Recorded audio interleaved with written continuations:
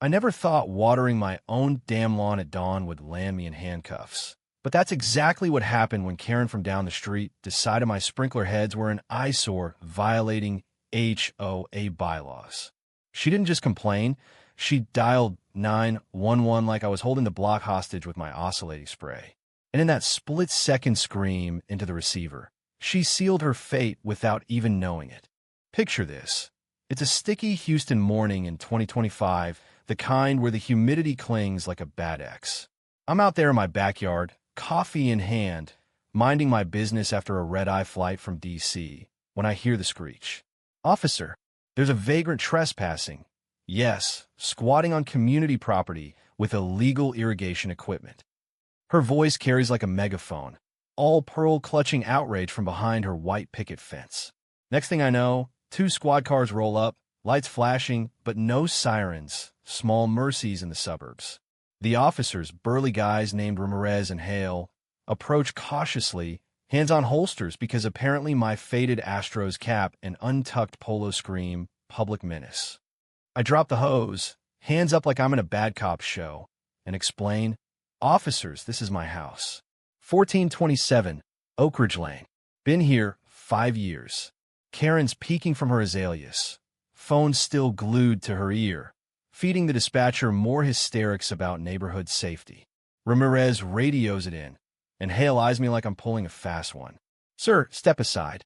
Ma'am says you're not the owner." That's when the real circus kicks off.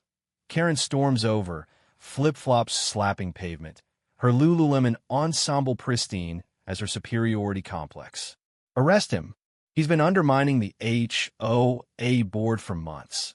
Late on his recycling bin rotation." She's frothing, veins bulging in her neck, the epitome of that viral Karen energy that's been memed to death on TikTok. I bite my tongue because revenge isn't served hot. It's iced over with patience. The argument escalates faster than a summer storm. Karen's jabbing a manicured finger in my chest, ranting about covenant violations. My fence is 2 inches too high. My mailbox lacks the mandatory brass eagle. This is a gated community, not some trailer park. We have standards.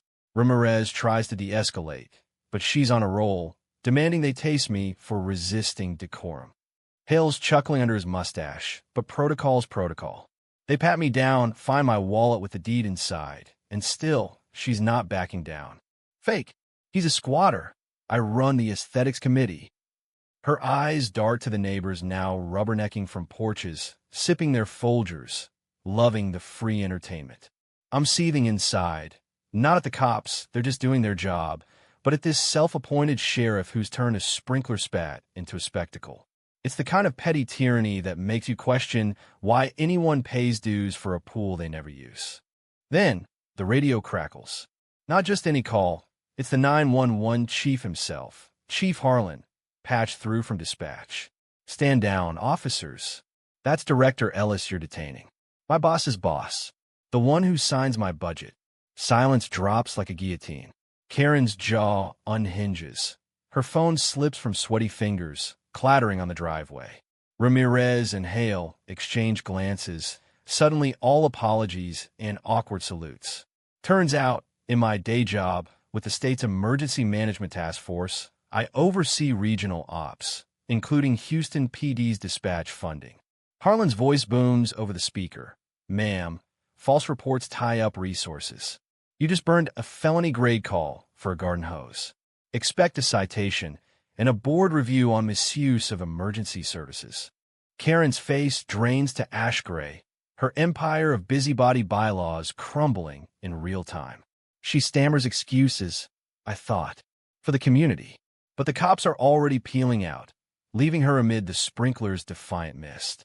I pick up my coffee, take a slow sip, and meet her gaze. "Next time, Karen, read the fine print. Or better yet, water your own grass." The neighbors erupt in whispers, phones out, already posting to the block's Facebook group. HOA queen dethroned. Epic fail. She slinks back to her McMansion, tail between her legs, but the damage is done. By noon, the story's viral on Nextdoor, her precious aesthetics committee flooded with recall petitions. She lost the election that fall.